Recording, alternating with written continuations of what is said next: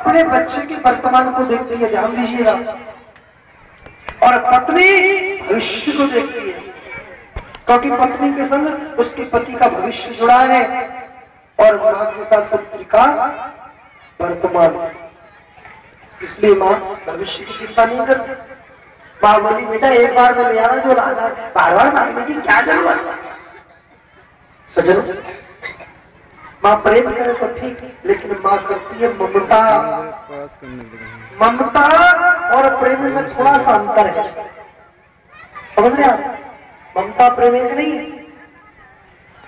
भक्तों को एक बार किसी बच्चे के आंख के ऊपर एक कहते कि फोड़ा हो गया,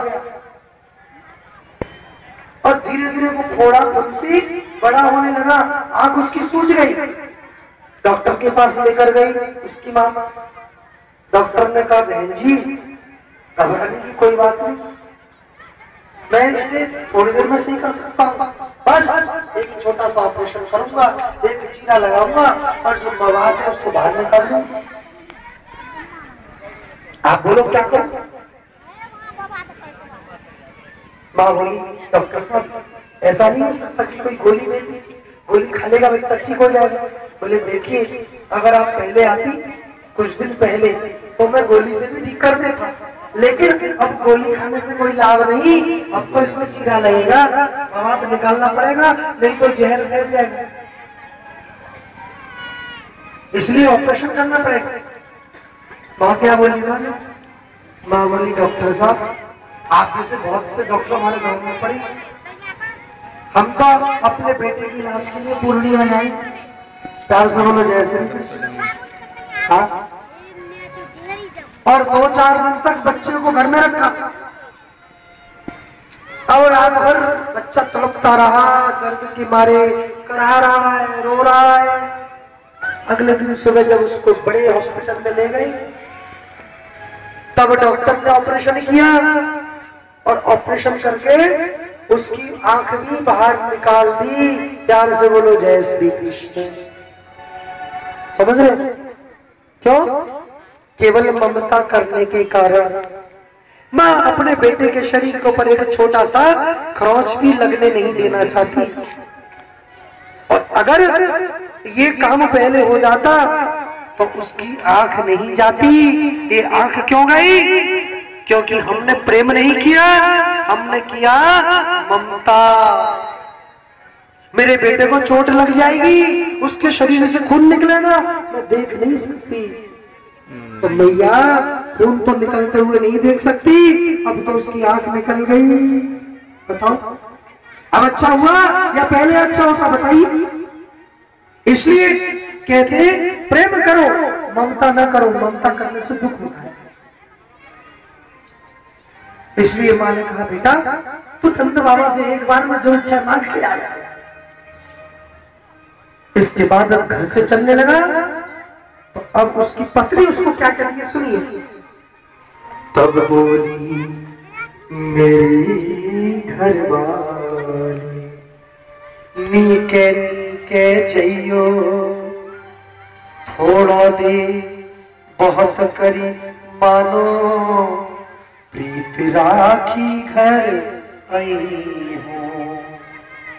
मैं तो आपसे ये कहूंगी आप जाइए प्रेम से, और जो वो दे दे प्रेम से वो लेके आ जाना, उनसे कोई जोर जबरदस्ती मत करना।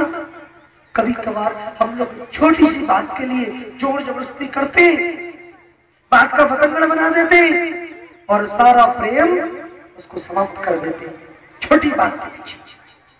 इसलिए कभी कभार बर्दाश्त करना चाहिए।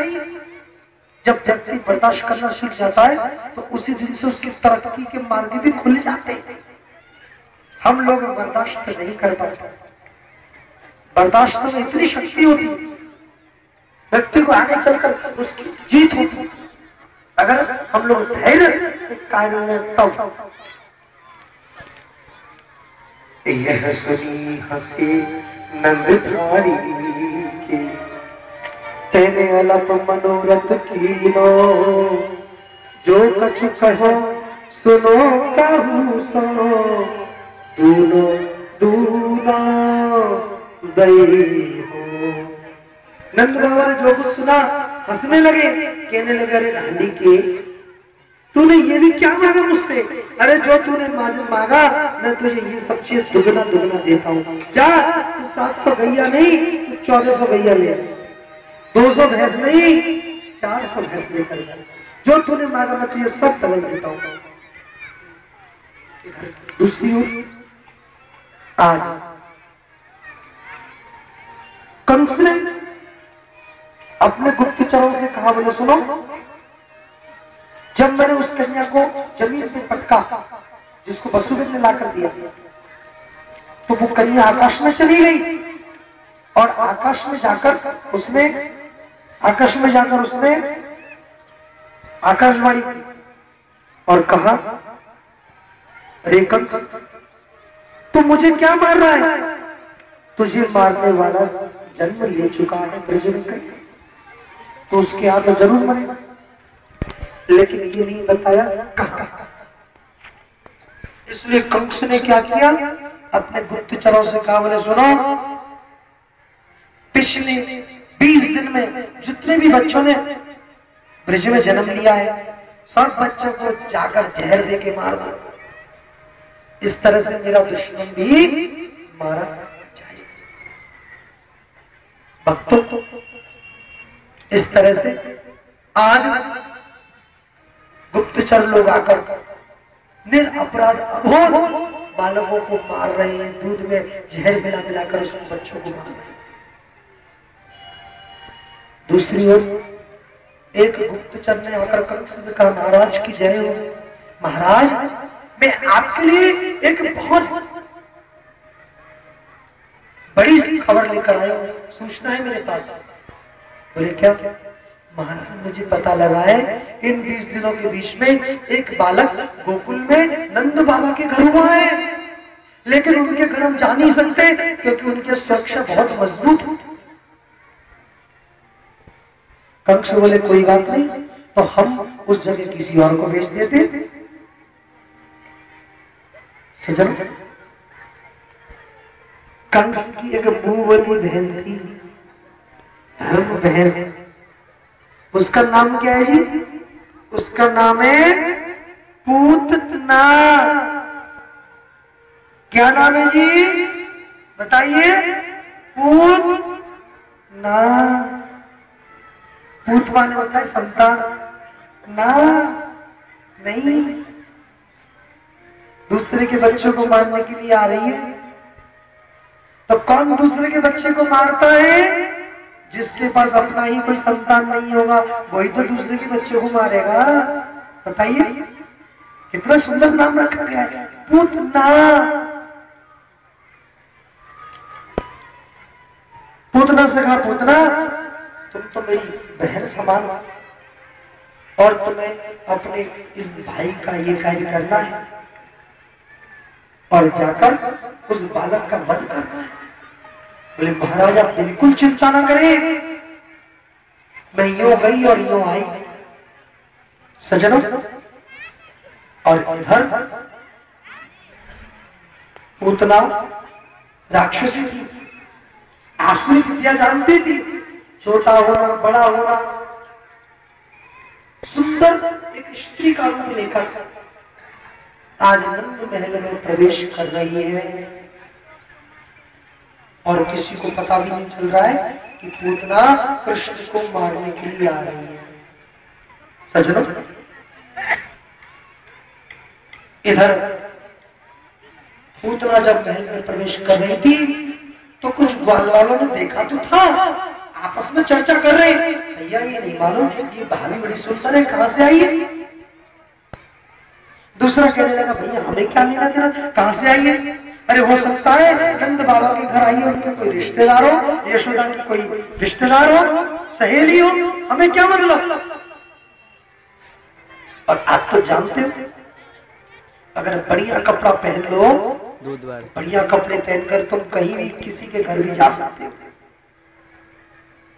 कहीं शादी विवाह हो रहा है, आपको बुलाया नहीं, बढ़िया बूट शूट और साड़ी पहन के चले गए, तो कोई पूछेगा नहीं कि आप किसकी तरफ से आए हो, लड़के वालों की तरफ से आए हो या लड़की वालों की तरफ से आया? कोई नहीं पूछता। लड़की वाले सोचेंगे लड़के वालों की तरफ से आया हो, लड़के वाले सोचेंगे लड़की वालों की तरफ से। प्यार से बोलो जय श्री कृष्ण। नहीं, क्योंकि आजकल केवल इंसान की औकात कपड़ों से रह गई। अगर बढ़िया कपड़ा पहनोगे तो बस जेंटलमैन बन जाओगे, फिर कोई तुम्हें नहीं रोकेगा टोकेगा। आज सुंदर रूप लेकर हमारे ब्रज में कहते छम्मक छल्लो बन के आई और महल में प्रवेश कर रही है। और जैसे महल में प्रवेश की तो महल के दरवाजे पे मिल गई मैया यशोदा। आते ही उसने मैया यशोदा के चरण दबाने शुरू कर दिए,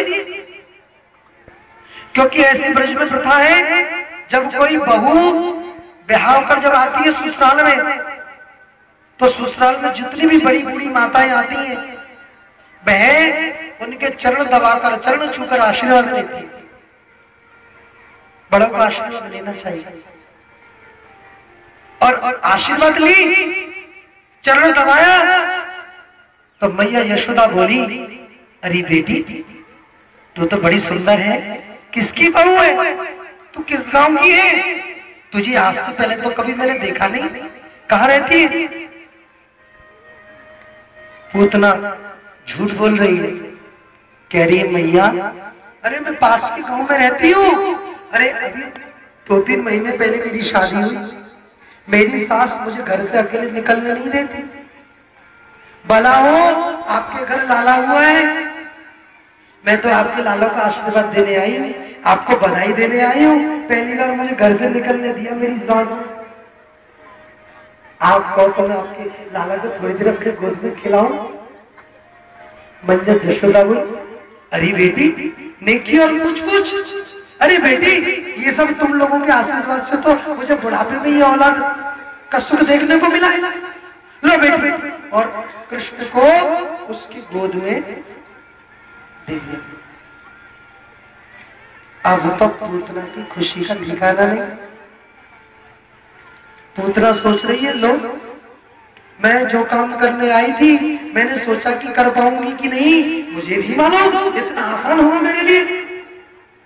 मैया यशोदा ने तो बालक मेरे हाथ में दे दिए, अब तो मेरा काम बहुत आसान हो। तुरंत उस बालक को लेकर महल के कोने में चली गई। प्यार से बोलो जय श्री कृष्ण। व्यक्ति जब पाप करता है ना तो वो कोने में चला जाता है, अंधेरे में चला जाता है, दुष्कर्म जब करता है। प्यार से बोलो जय श्री कृष्ण।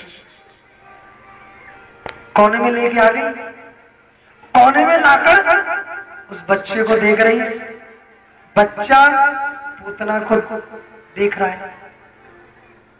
और क्या हुआ, अचानक पूतना हंसने लगी, मुस्कुराने लगी, तो भगवान कृष्ण भी मुस्कुराने लगे। पूतना बोली, बालक तू क्यों हंस रहा है? मैं तो इसलिए हंस रही हूं कि मेरा काम आसान हो गया, मैं तुझे मारने आई हूं, स्तन में जहर मिला के लाई हूं, अभी स्तन पान कराऊंगी तू मर जाएगा, इसलिए हंस रही हूं खुशी की मारे। भगवान कृष्ण मनी मन कह रहे, मौसी मैं इसलिए हंस रहा हूं, मैं सोच रहा हूं जब भी कोई अवतार लेता हूं तो सबसे पहले मरने के लिए मौसी क्यों आती है, मौसा क्यों नहीं आती है? पिछली समय में राम बना तो सबसे पहले मरने के लिए ताड़का आई, और इस बार पूतना आ गई। ये तो समय बताएगा कौन किसके हाथों मारा जाएगा। पूतना ने जल्दी जल्दी अपने स्तन निकाले और भगवान श्री कृष्ण के मुख में स्तन डाल दिए। भगवान श्री कृष्ण ने एकदम से नेत्र बंद कर लिए। पूतना सोचने लगी बच्चा डर गया मुझे देखकर, नहीं, नेत्र इसलिए बंद किया क्योंकि भगवान श्री कृष्ण देवों के देव महादेव को स्मरण कर रहे हैं, कह रहे हैं महादेव आ जाओ। शंकर जी बोले क्यों? बोले इसलिए क्योंकि मौसी पूतना हमको पीने के लिए दे रही है दूध।